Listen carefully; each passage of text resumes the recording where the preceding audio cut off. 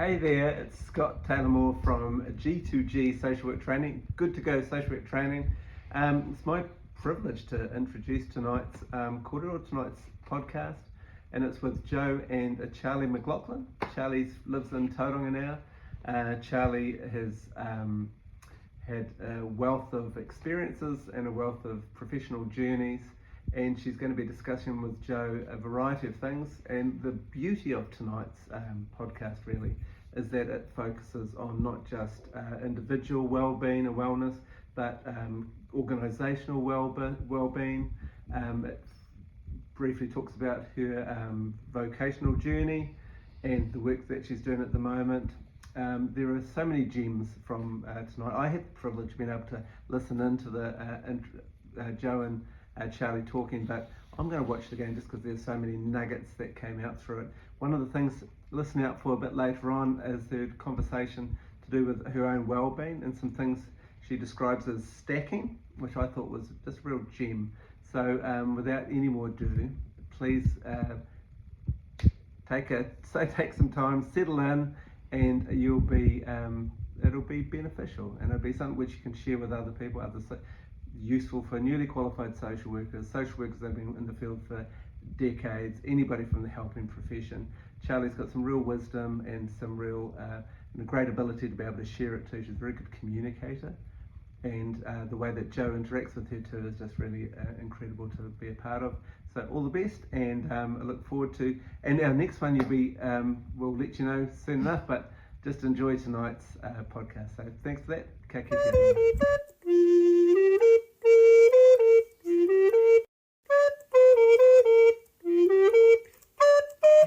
Yay! So we're recording. So I kind of just had this vision of we just start talking and whatever happens, and I can do editing. So yeah, great. That's good that. for me. And I love a good kind of just a chatty kind of one as opposed to something super structured. Yeah, you get a bit more of the real me. Oh, and that's what we want. And like, I know I sent you questions, but I may throw them all out the window, or I may just go to them if I get a little bit like, oh my gosh, awkward silence. Just edit out the awkward. We're all yeah. I'll just hey, handy dandy questions right here. So that's cool.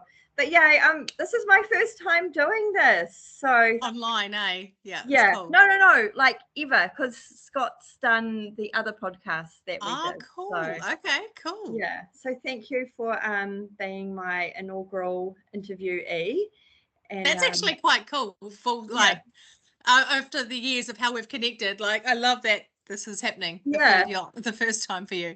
Yeah, and I also love that when I Googled you, I saw that you've done a few podcasts already. So I thought, oh, this is cool. She's hot property and she knows what she's doing. I don't do the tech side. I just show up and talk shit. It's great. Yeah. No, that's cool. So, hey, so I guess we're letting the world know that we know each other, but and our world knows me a little bit because I've done heaps of little videos with Scott. But I guess if, say, for example, we're standing in front of a crowd of people, how would you introduce yourself? How would you say, hey, this is who I am and what I do? Kia ora. Hey, I'm Charli. I'm a trauma coach, and no one normally knows what that means, which is cool. And it has lent itself to a lot of different hats in that arena. But in this particular context, I would draw it out a little bit and say I'm a trauma-informed supervisor and leadership coach. Cool. And I said that we might do this later on, but hey, let's just make a plug for the fact that you provide supervision for helping professionals. Is that fair? Yeah. Cool. People working in vulnerable communities, with vulnerable communities, and people working in trauma-affected arenas, spaces, organizations, roles. Yeah, I'm your gal. Cool. And there's room for individual support or organizational support. Would that be fair? Yeah, I do both. I do an equal mix of both.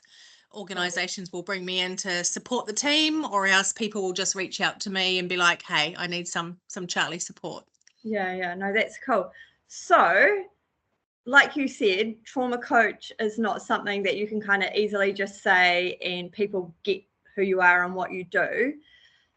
I'm wondering if a little bit of the story of how you came to be there would be helpful in terms of setting the context of what a trauma coach is and what they do. Like a little bit of your story, because I don't know if you get to that place where you can call yourself a trauma coach without there being a story. If that's it. No, you cannot. If you feel comfortable. That part I promise you. Yeah.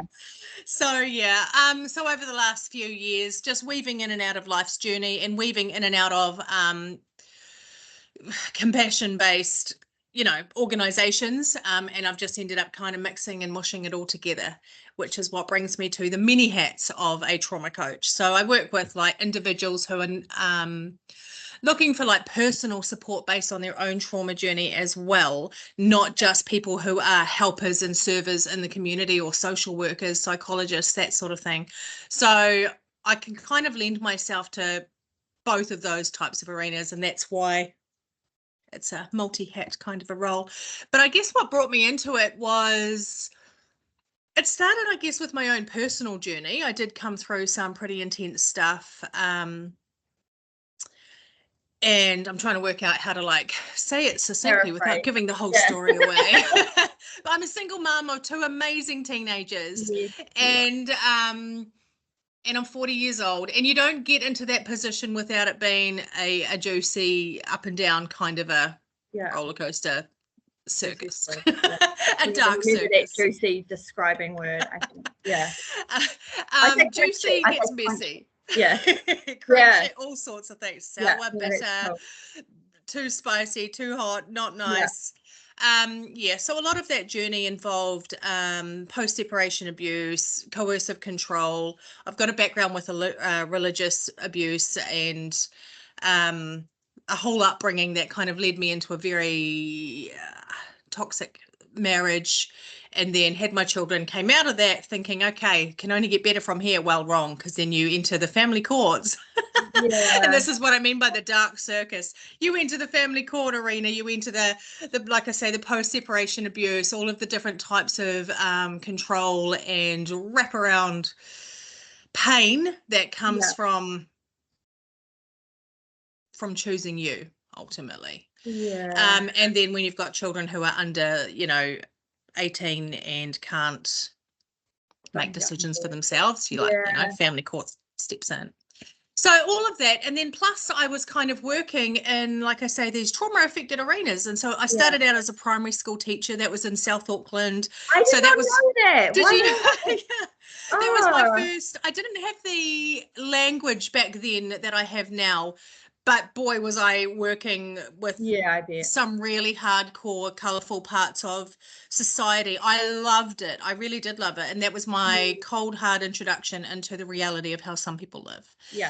And then, from there, I ended up into different types of social organisations, weaving in and out of that. And so along the way, I just did my leadership developments and my trauma-informed developments and my psychology bits, and thinking, wow, I've got a lot of skills going on here. I've worked in a lot of arenas now. Like I've worked with, people experiencing homelessness, people working in the sex industry, just vulnerable families, women and children, youth. And I thought, what the heck? How can I make this? How can I bring all of this together? And then like COVID hit and kind of forced me into, I better figure something out quickly because the world's shutting down. I can't stay in the roles I'm in. I've got 2 kids to keep raising and fighting for. I've got to get out of bed. How am I going to do this? And so anyway, emotional strength and trauma coach Charli McLachlan was birthed. And I've been finding my feet ever since. And it started out with kind of like I said, personal clients reaching out, but then also it's now landed more in organizations want to jump on board. The trauma-informed perspective is something that a lot of people want now. The crash course in boundaries and survival and and well-being is really big. Safe practice, and here I am. That's an incredible story, Charli. And I had I wrote out some questions and sent them to you, but I think obviously I'm just going to ad lib, but I'm and hopefully you can think on the spot as well. But looking back, what this could be hard to paraphrase again, but what did you learn about yourself in those moments? That's a beautiful question. Truthfully, I learned that I'm worthy of love. Yeah. And that I'm worthy, full stop. And I learned that often crying on the kitchen floor alone after the kids had gone to bed, or after the kids were visiting the other parent. I learned that, and I it seems strange to get to 30 years old, so this is about 10 years ago where I started learning this, about 9 years ago actually, and not realizing that I exist, therefore I have worth, full stop. Yeah. And so it truly was this piece by piece clawback of the fact that I exist here, I matter, I may not have the right people loving me, but I'm going to frickin' love me because I want to love my kids so damn hard. And I'd been through a lot of childhood trauma. I didn't have the kindest or safest upbringing. And then that was shrouded with really nasty religious control too. So there was just a lot happening for me. And I thought, I'm not going to let my kids raise the same. Even though they sadly got thrown into the family court processes too, unfairly and against my personal will. And I thought, no, I'm going to do whatever it takes to make sure my kids are okay. And it turns out that when you want to love others well, you've got to love you well. Wow. That was huge, man. I mean, I don't know if you've practiced that, but that was really profound. And I wonder if nicely it's kind of created a building block for this conversation, that the building block being I deserve to be loved and I am worthy, in terms of talking about what that means for well-being. Because I've got lots of things firing off in my head, but to me, I don't know how you could have well-being without maybe that building block. Yeah, that's exactly it. Yeah, and then what could you build on top of that, or how could you create that building block in your life if that feeling of not being worthy of well-being, or feeling like well-being is missing in your life, and realizing it's because maybe there isn't a line drawn in the sand that says, actually, I'm worth looking after and I'm worth taking care of, kind of thing. So I don't know, that's kind of where my brain was going while you were chatting. I was like, okay, 100%. And that's definitely my story, that I couldn't do what I do now. I couldn't support others well without coming to that truthful realization, but then putting it into practice. And so the boundaries that I have in a workplace are the exact same boundaries and values that I have in everyday life. The way that I speak to my children is how I'll speak to my colleagues, is how I'll speak to my team, is how I'll speak to my community and clients. And it doesn't change through all the different hats that we wear as well, values are pretty integral, right? You don't assume different values in different spaces. They're very integral to who you are, or integral to who you are as a person. That's kind of my take on it. And it translates through all the different roles and hats. No, that's beautiful. So I'm thinking, it's a bit of a leading question, because I feel like there could be a good example in your life story to speak to this, but and you'll probably giggle as soon as you hear the question, but looking back, since learning this lesson for yourself, is there a time where you've had to put it into action and kind of go, okay, this is what I believe to be true about me and my value and who I am in the world? I've found myself in a space where I don't feel valued, or I'm not feeling worthy. When you were put to the test in that way, how did you show up, and how did you make things right? Is that an understandable question? Yeah, I'll piece it together. But I think I've got a couple of examples of that. And so the first is a gentle example. The second one's going to get a little more extreme. But the first one is, I mean, when you work in these types of organizations, you've always got your policies and processes, right? Yeah. So going up the chain, talking to the people I need to talk to, getting into the rooms and actually saying, this is not okay for what, whatever it might be. Yeah. Here's what I need. And Yeah. I mean, that takes practice. It takes confidence. I think it's a personal wisdom that comes with age and experience. Yeah. I don't see 21-year-olds fresh out of the graduate pool being able to go, okay, here's what I need. And, and assertively be able to hold their own when they're trying to navigate their way through this Yeah. brand new career industry. Yeah. So I've learned to back myself. I've learned that at the end of the day, when you go home out of those meetings, no one actually cares. You're just another hour scheduled in of their day. You're just another Teams meeting, and so I have become over the years uncomfortable in that type of environment. And so now I'll proceed with more wisdom and more caution as to whether I want to engage with that type of a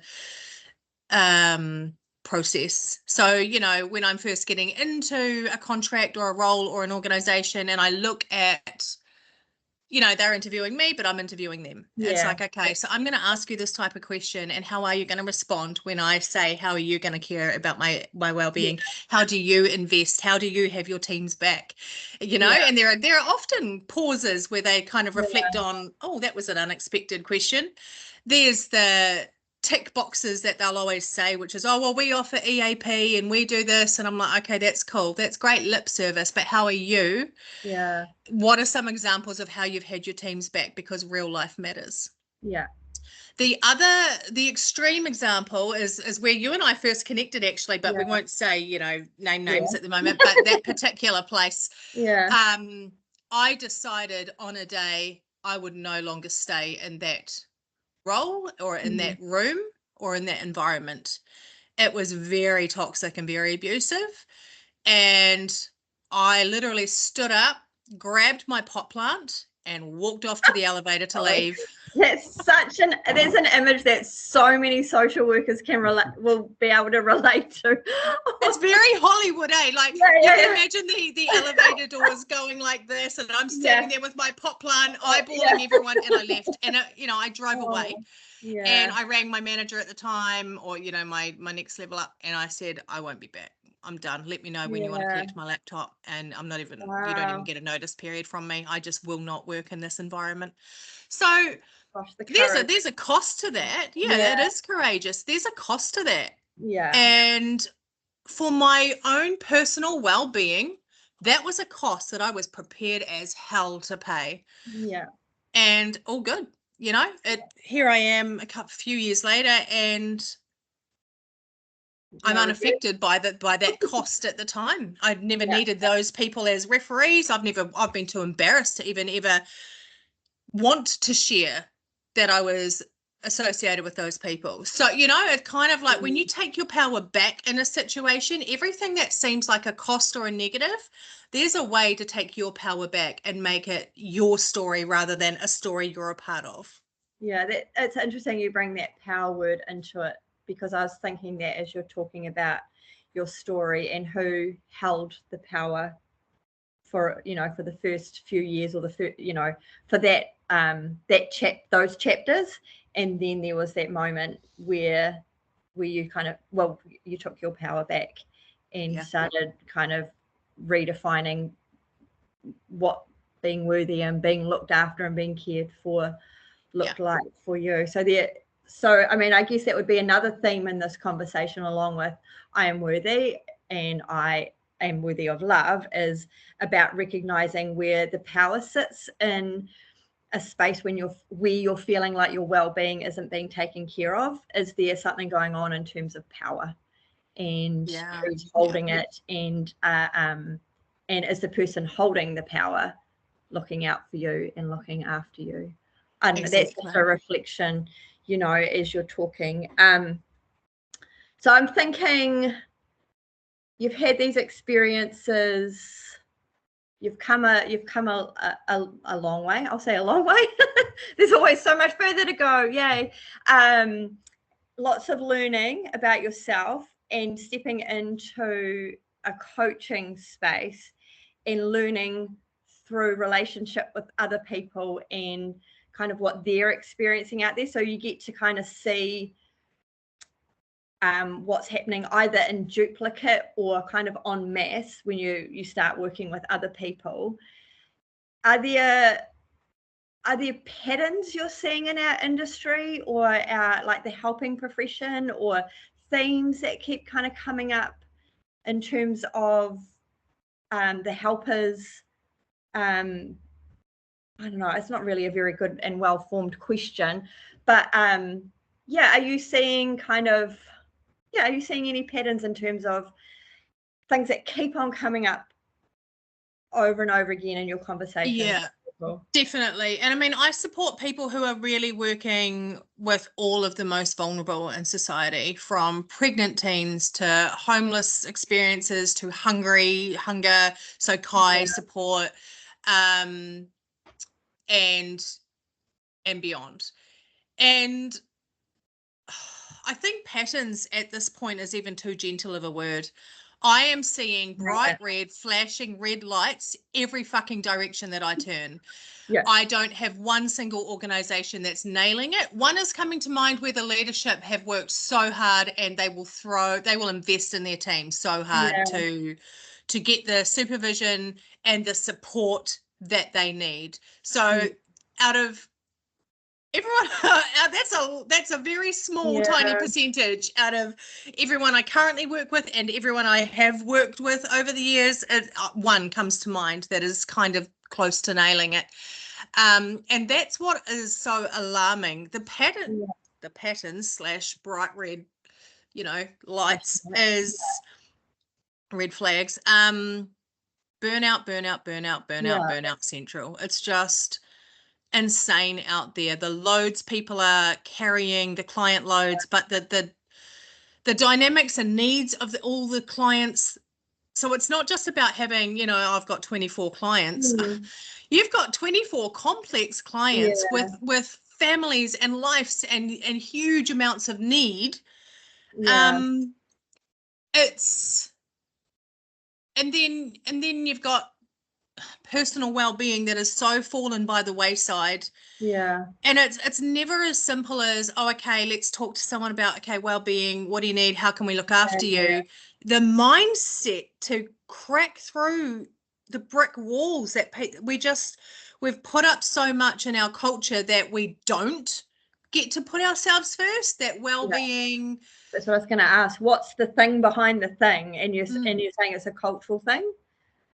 I mean, I guess that's a bit generalized, but I do believe it's kind of ingrained in our society, in our particular culture. And of course, I'm speaking to New Zealand and Aotearoa only, that we hustle, we work, we strive, we have to. It's been conditioned in us since preschool. Right. We've had to follow the format, follow the process, do this, go on this amount of a break time, eat at these times. Right. And then you compile that. I mean, I'm 40, so I'm still of the age, I think younger people have it a bit different, but I'm still of the age where even religion was a huge influence on our parents and our grandparents. And that kind of compounded the same obedience, hustle, strive, sacrifice yourself for the good of others, or for the sake of others, or for the good of God, or for, like it was always to this external thing that we had to. So it's not about what religion people follow, but it's about those influences that founded our society and has trickled on down, and to the point where we have to ask for permission before we do this. And so if I'm working with a client and I'm like, okay, so what does well-being look for you, and how do we actually need to measure this? Because it's not just taking a sick day. That's the ambulance at the bottom of the cliff stuff. How do we go back to the top of the cliff? Oh, actually, it's that Desmond Tutu quote that I love, and he's like, we've got to stop pulling people out of the river and go upriver to see what they're falling in the first place. So my journey's all been about, right, let's get back to the river, the top of the river, to see what's causing all of this. But when we're in the social sector in New Zealand, it's very much the bottom of the cliff. It's just pull people out, pull people out, pull people out. We're desperate. They're desperate. The resources fluctuate. The funding is just a circus. Because, you know, I see it so many times too that an amazing organization pops up and then the next year they can't offer the same services, or they can't offer the same teammates now because of funding. So it's like nothing feels certain and consistent and reliable because we're constantly checking, oh, well, when's the contract up and who's the person in that, and the partnerships there are not the same anymore. And I just hear all this stuff over and over, and it's this complete clusterfuck of wake up, do the job, go home. Because I'm going to ask you some questions soon when I get there. I'm getting very lovingly distracted by this conversation about, you know, what can an individual worker do, but I'm hearing that that's all well and good, but what's happening at another level in terms of leadership, and then what's happening in terms of organizationally, and then what's happening in terms of systems and things, and then what's happening in terms of culture as well. So wellbeing is multi-layered. Obviously, not everyone's going to be able to hit all of those levels in terms of affecting change, but really important to understand what you're feeling at that front line in terms of maybe helplessness or hopelessness or overwhelm is influenced by a lot of things. It is. It's kind of what you're saying. Yeah, and I think a lot of people have to, you know, communicate and turn to their leadership. That's all very well and good, but if leadership aren't in on this, you're not going to get a heck of a lot of support in that area, you know. So it really is kind of a top-down effect, or, you know, top of the river effect, that this has to come. I mean, obviously we need systemic change. I'll just get my magic wand and pretend that can happen. Like, that's not a quick fix, and I don't think that really helps people, because that feels quite hopeless, because it's like, well, I can't change the system. So I want to just kind of shelve that, because I think that's obvious, but that's not something we can tackle right now. But yeah, I do think there's huge scope there for leadership to jump on this from an experiential point of view for themselves, so that they can show up as a really great supportive leader, not just pay it lip service, not just say to their team, oh, we value you, your well-being, here's 3 tick box things you can access. I don't want to see people just saying it. I want to see people living it. So that's, and I mean, that's the area I work in, is like, okay, so how can we make this actually happen for you? Put legs on it. Yeah. And as a result of it happening and succeeding for you, what is going to be the amazing overflow from that? You know, your team is going to thrive. You're going to model things. It's not going to be the quickest turnaround, but hey, we can all slowly turn this waka together, you know. So when it's been modeled and backed up from a higher level, I think that gives people more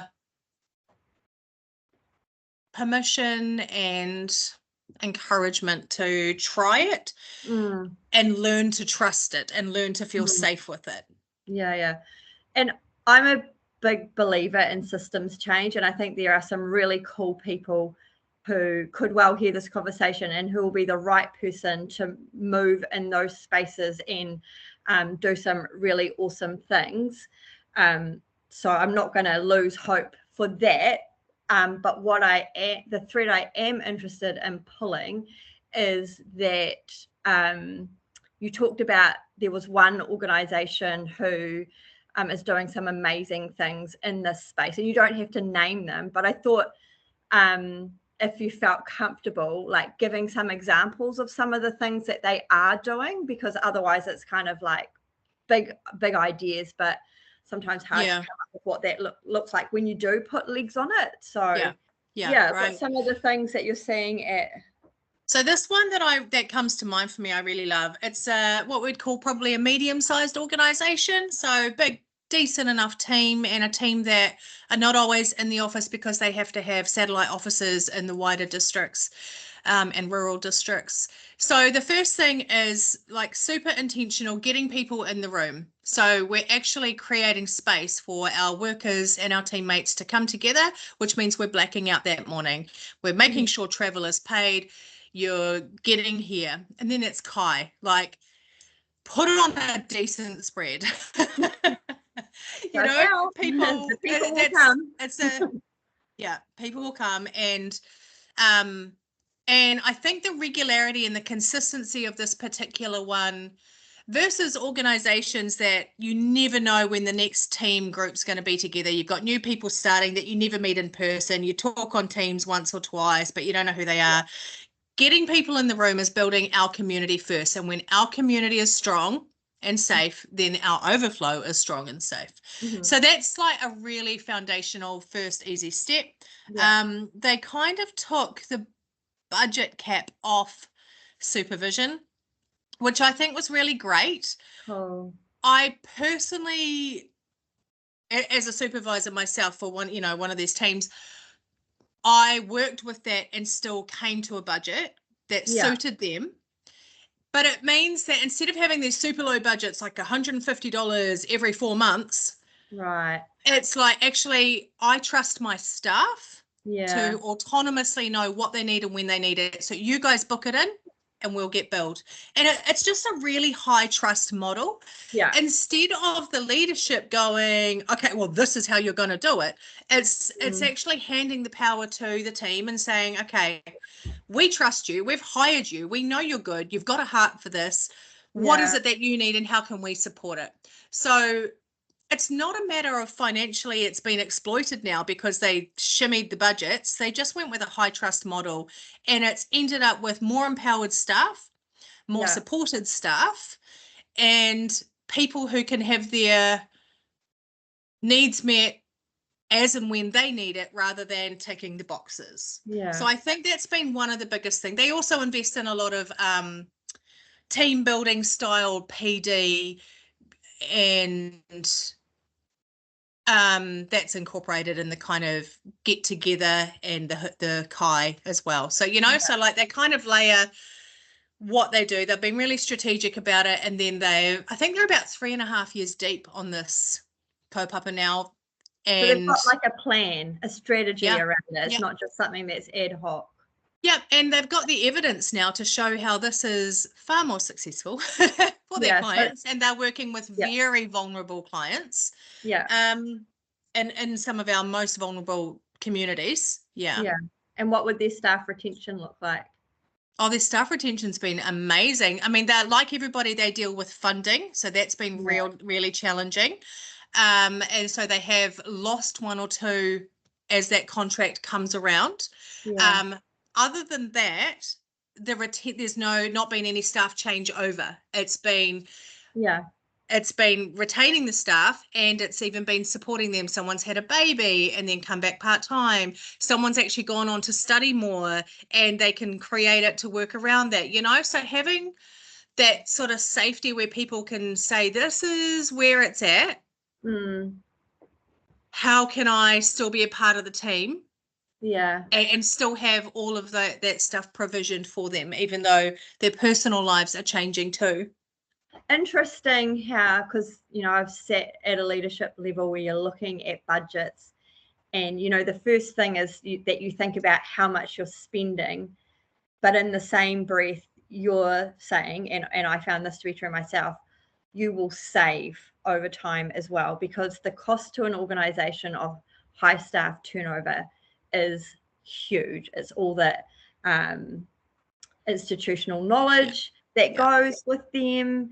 It's all of the money that you spend on recruitment. It's all of the load on you as you carry the workload of a missing staff member for however long it takes you to recruit the next one, and then however long it takes you to upskill the new one. Exactly. So it's a bit of a cost benefit analysis kind of thing that organizations need to do. But and I hear this in my supervision business, that I don't know if it's lacking courage or lacking the insight around that, but I do see organizations cutting budgets in terms of offering professional development opportunities to their staff, offering like higher education opportunities or things like post-grad study, and not kind of recognizing that it's an investment that has layers to it. It's not just, you're not just investing in the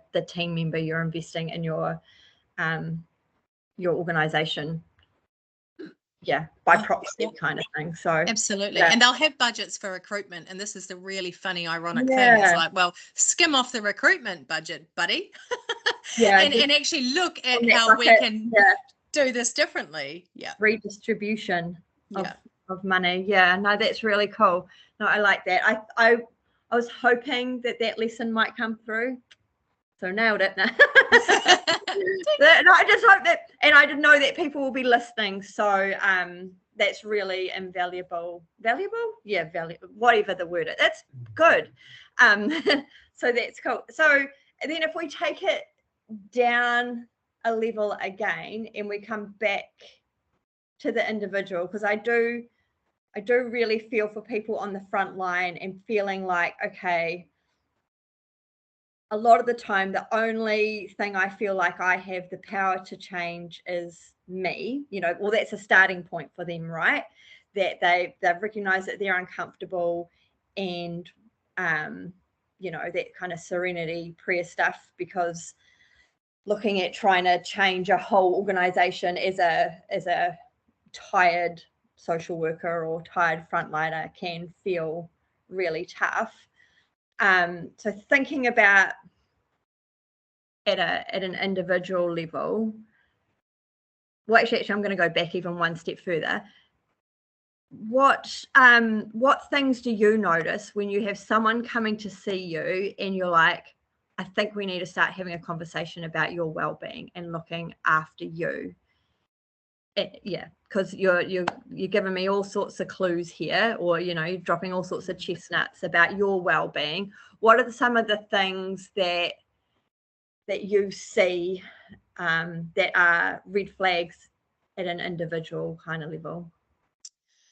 I think when you propose it, sometimes I think people don't even know what it means, truly.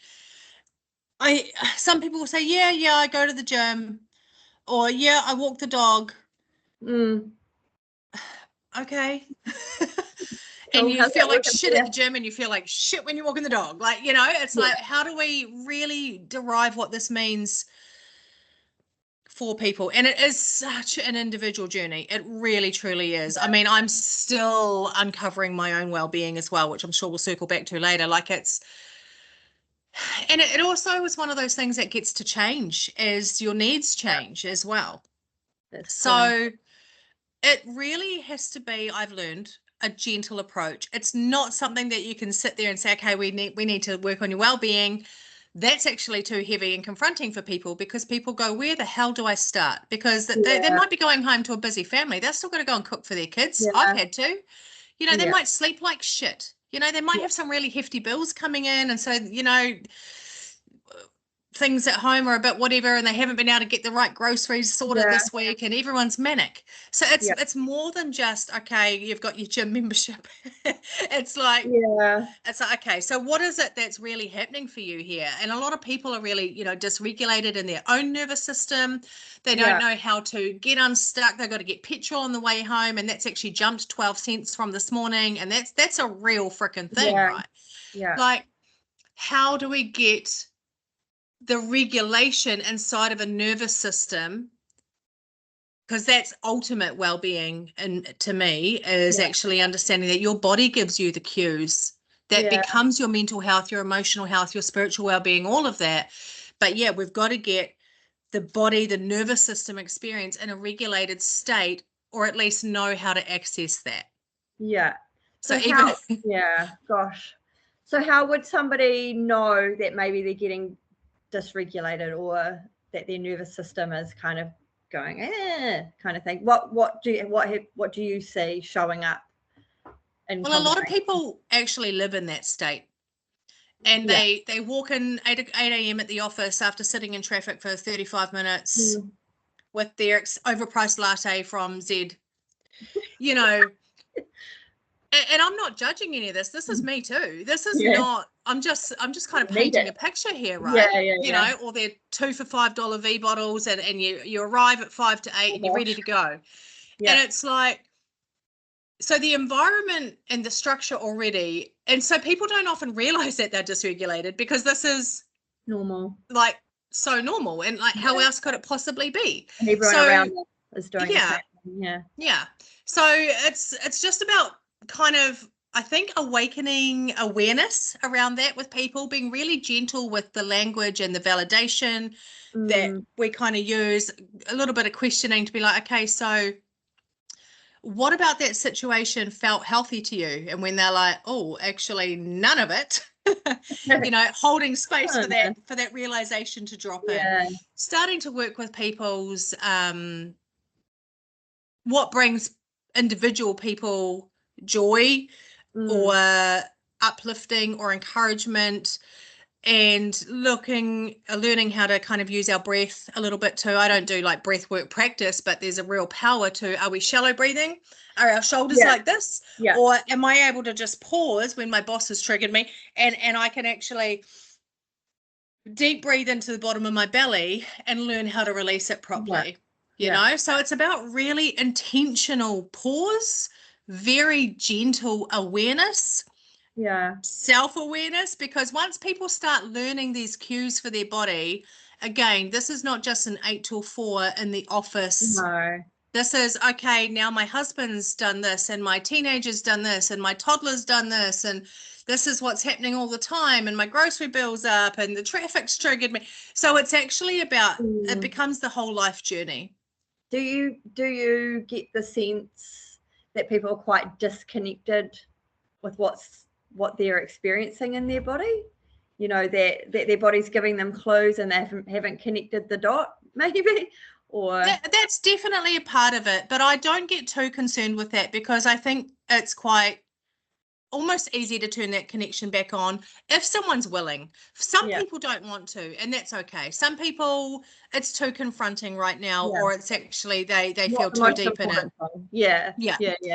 But I think once we start to bring in that gentle, loving awareness, and we bring in other skills too, you know, like I am worthy, why am I worthy, and I am worthy, and all the love and skills and support and compassion I have to give to others. Oh, I can receive that for me too. Okay, so what would compassion feel like for me right now? How do I operate with compassion 8 hours a day, and yet I don't have any going back into here? I'm angry that I've got a backache instead of being understanding that I've got a backache. You know, or I'm frustrated that I've got this freaking migraine and I've got so much medication for it. But actually, when we have compassion for the migraine and understanding and awareness, we go, okay, well, that actually makes a hell of a lot of sense now. Okay, so what's actually even in there that's triggered this? What's sitting there? What's it feeling like? How can I offload this? What do I need? You know? And then meeting the needs can be really challenging. I often tell people it's the brave choice. It's not the easy choice. I'm not saying any of this is like, oh, okay, I'll just take a week off. You know, none of this is easy. But now we're in the arena of brave. You know, I've got to have brave conversations. I've got to think through some brave boundaries. I've got to make some brave choices for my body, for my mind, for my family. And because I was having a conversation with someone about this morning, and she's asked me to send a link for this, so shout out to that person. But because we were wrestling with that, you know, often well-being and taking care of ourselves asks us to have boundaries, and or to either start doing something or not doing something, and that usually involves that most important resource, which is time.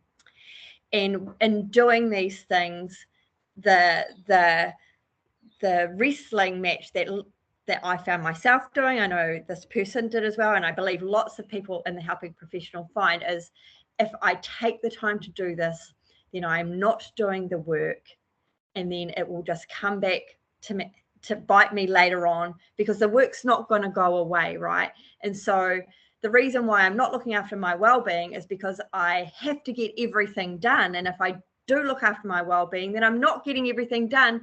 And then I'm in this this loop of I'm going to have a new problem that's going to affect my well-being because I'm going to feel overwhelmed and Am I making sense? Yeah, definitely. And It becomes a rumination loop. It becomes a mental health issue inside of here for us. And it's very real. The hamster wheel is incredibly real. I get that. I've lived it.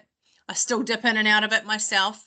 Yeah. And this is where I guess I said, we have to look into some really brave choices from here forward. And that does mean the brave conversations. And it doesn't mean not doing the work. It means doing the work differently, or aligning the work to your values, or taking some really deep self-reflection into, does this work reflect actually who I am and what I got into this for, and how I'm really good at helping people. Is that evidenced by this work or not? Because a lot of the time it's actually not, and therefore have time to do a good enough job, or to a good enough job that makes you feel good enough about the good enough job that you've done. Yeah. Interesting, eh? So layered, this subject, and I'm really glad that we're talking about it, because I knew that we needed to, but I didn't really. I'm getting more of a sense of the why. Like when you start, like you buy a yellow car and you see yellow cars everywhere. I knew that we were going to be talking about well-being, so I've just been thinking about it a lot. On that individual level, again, I'm just thinking about another thing that makes looking after your well-being complex is that, like you said, you're working with vulnerable people and you are sitting with them in their vulnerability and holding space for them, and in a way, and their trauma.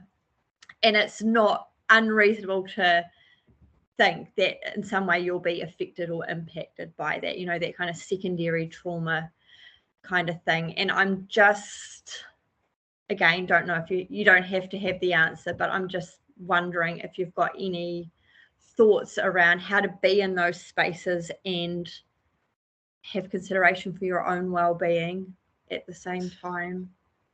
I think that's a really profound I think it's a really profound skill to have, when you can kind of have the self-awareness in real time. And it's a case of, is this a really big emotion, and therefore a huge emotional response is accurate and welcome, and we can handle that? Or is this traumatizing me? In which case I probably needed to come back to this end of the spectrum and realize I shouldn't have been here. And so it's about learning, okay, what is the measure? What is the safeguards for me? And don't continue to put yourself in those environments. And again, a lot of that pressure does come from the top down and the contracts that we've signed, and the expectation that's on us. And so again, it's actually about turning that waka around and realizing, okay, this isn't how it's done. Because if I'm being traumatized by a volatile situation, why is that okay? Then why is this happening? Like, where's the skills? Where's the support? Where's the de-escalation training? Where's the things that should be in place? Where's the board? Where are the people who are telling me, where are they in this situation? And if they're not there, it's okay for you to choose different for you. And I think that's one of the hardest things for all of us to realize, because we're naturally so wired to be not only givers, but over givers. And over compassion. Compassion fatigue is a real thing. And sacrifice ourselves again. And again, that's a part of what we said at the very beginning, the kind of cultural grooming that we've lived through multi-generationally. And it's a matter of, I'm not going to be in a room or an environment or in a role that causes this damage. Allows for me to be put in harm's way. Because I was just thinking, as you're talking, in a roundabout way, if you're finding yourself in a space like that as a frontliner, someone in leadership has allowed that to happen to you, kind of thing. So, and where are they when it's hitting the fan? Where are they? Well, they're at the end of the, email me and they'll get back to you when it suits them. Or they're at the end of the online processes and complaints, or so it's like, well, that's cool.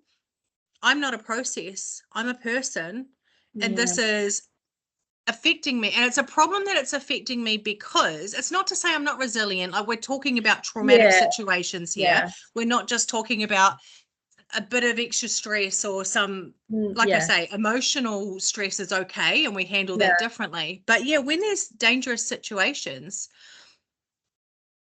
And it's interesting that you bring that up, because I think, secondary to that culture of like work hard, do the struggle street kind of thing, there is a culture in the helping profession of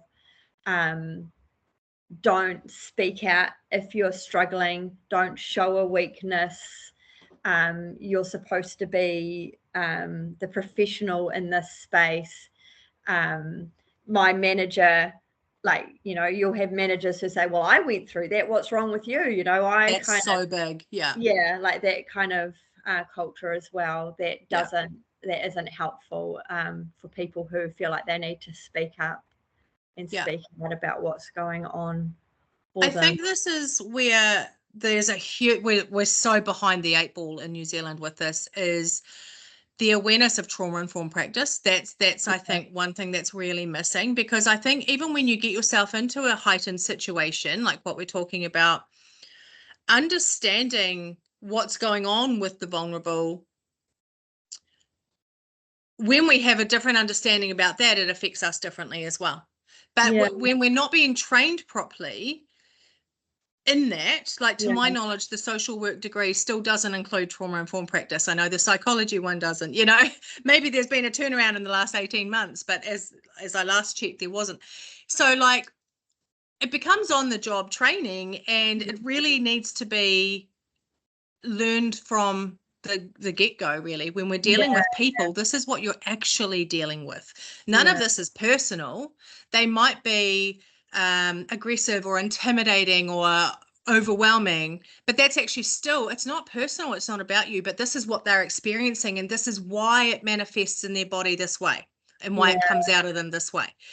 And when we understand it, knowledge is power. That's all it is. We just have more tools at our disposal, rather than going into our own defaults, which can then cause the re-traumatization.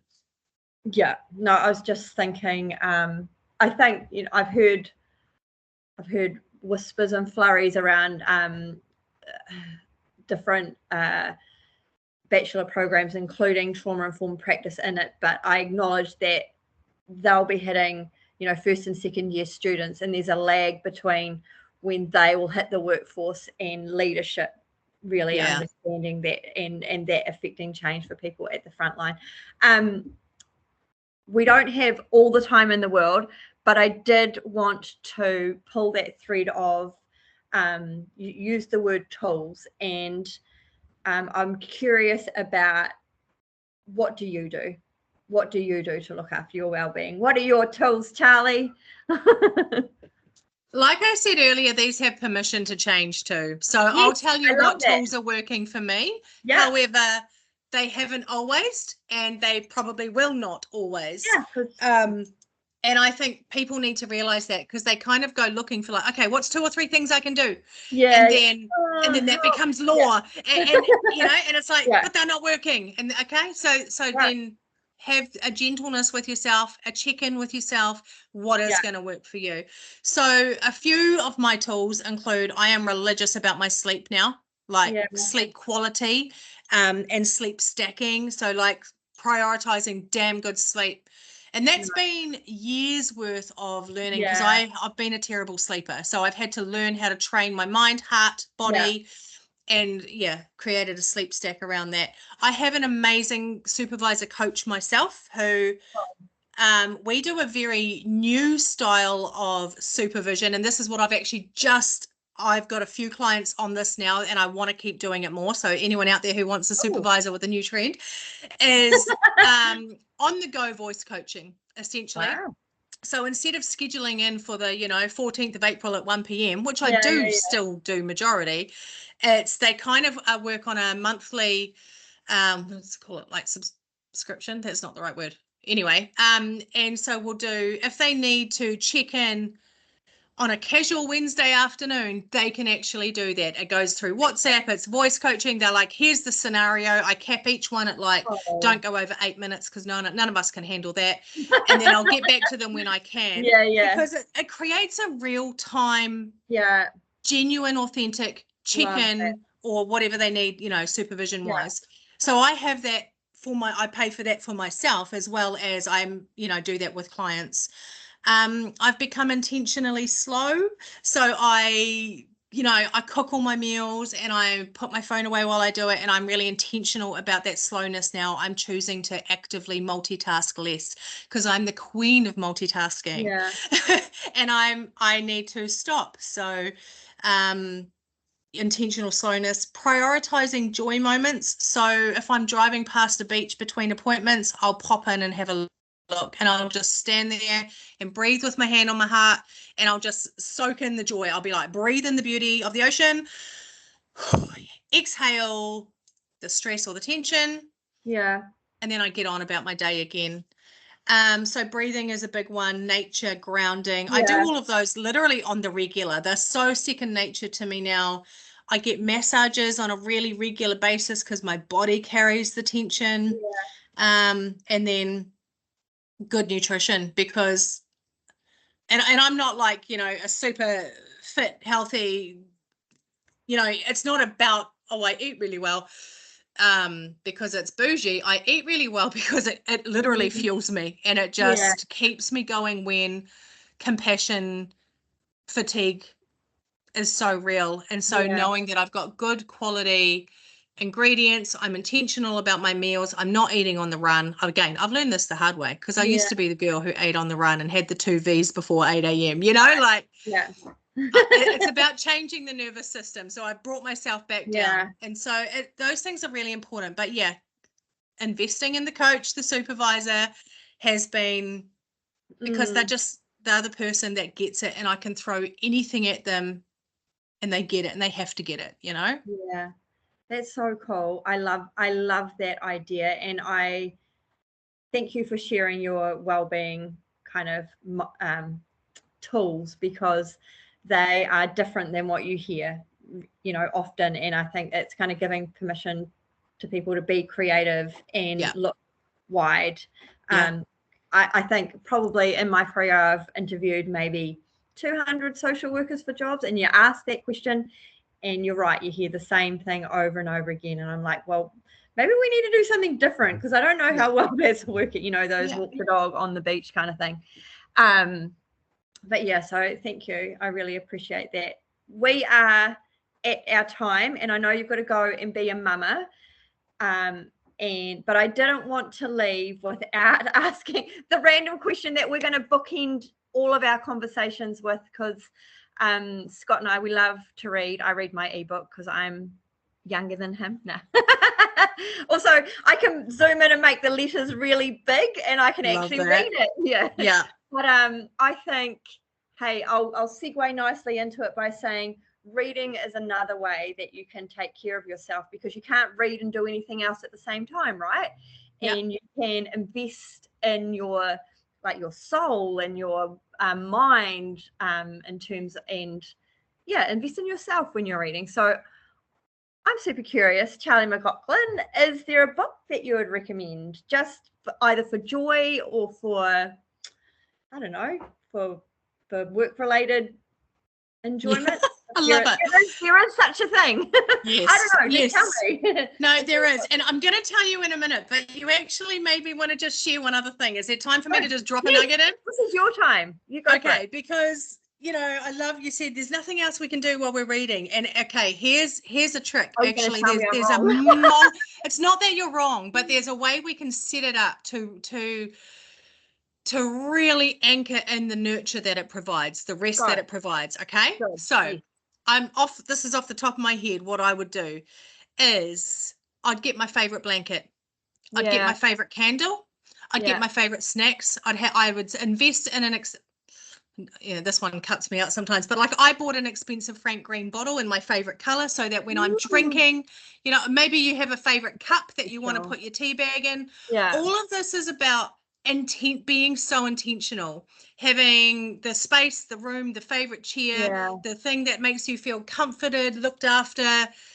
Or it might be go to the beach on a casual Saturday morning and sit there on a chair or your favorite towel, something that is just, I'm creating this moment for my well-being, as opposed to, okay, I'm just going to bugger off and read my book for 10 minutes or an hour, whatever it is, whack it in. It's like, no, how can I make this a real moment for me, for anyone, you know? So there's ways to like layer it. I call it stacking. There's ways to like stack the goodness and maximize.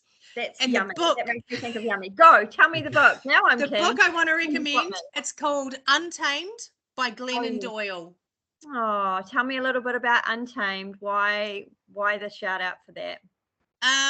So I think it's all about basically the cheetah being untamed. I think she prefaces her book with, she went to a zoo and she saw a cheetah and they did the cheetah display and it chased this little bunny that was attached to a ute, and it was real fast because the cheetah can run like 120 kilometers or something. And all she could think was, it's still in a fucking cage or like a fence, you know? And so it's about us becoming the cheetah, getting out of that zooed environment where we still chase the little frickin' pink bunny. We might be really good at it and really fast at it, but imagine who we can be when it's outside of the confinements of the system. That's boom. I love that. What a note to end on, Charli. And hey, I don't know if you'd be open to this, but I think there's more to talk about, and at some stage I'd love to have you back. Yeah, this was super juicy, and we've got a lot more to get through. So good. Yeah. Okay, I'm going to put this all in. Love it. Thank you so much. Have a wonderful evening with your children, your young people. Yes. And and watch this space. And here's Scott. He's coming to say hello. Hey, Scott. Nice to meet you. Thanks so much. It was wonderful to listen to. Really inspiring. Some great aspects that have been really going to be beneficial to so many people. So high five yourself. Love your self-care, and I love the concept of stacking. Stacking's a game changer. Yeah, nice. Thank you, guys. All right. Thank you for following us up. Good night. Thank you, Dan. Well, I hope you really enjoyed that. Joe's chat with Charli McLachlan. Really fascinating, as I'm sure you will agree. What we can say now is that we're really looking forward to speaking to Barry Taylor. We're going to be having a chat with him on the 30th of March. Barry Taylor can only be described as a legend within Aotearoa to do with suicidology. He is somebody that I have had the absolute privilege of going and listening to his kōrero, dare I say it, in 1999, so 27 years ago was the first time I went and saw Barry. And I remember a psychologist colleague of mine at the time said, if you get to go and see Barry Taylor, you are talking to the creme de la creme of insight when it comes to well-being and the topic of suicide, which of course is all too pervasive in both Aotearoa and the world. But it'll be really interesting for newly qualified social workers, people that have been practicing forever. Everybody will have an opportunity just to really draw for some incredible things from Barry. So really looking forward to that, and it'll be an absolute privilege to be able to have a chat with him. So thanks for tuning in. As I said, Charli McLachlan's insight and wisdom was just superb. Love the way Joe was involved with that too, so that was fantastic. So thanks again for looking and for watching, and look forward to catching up with you again soon. Ka kite anō.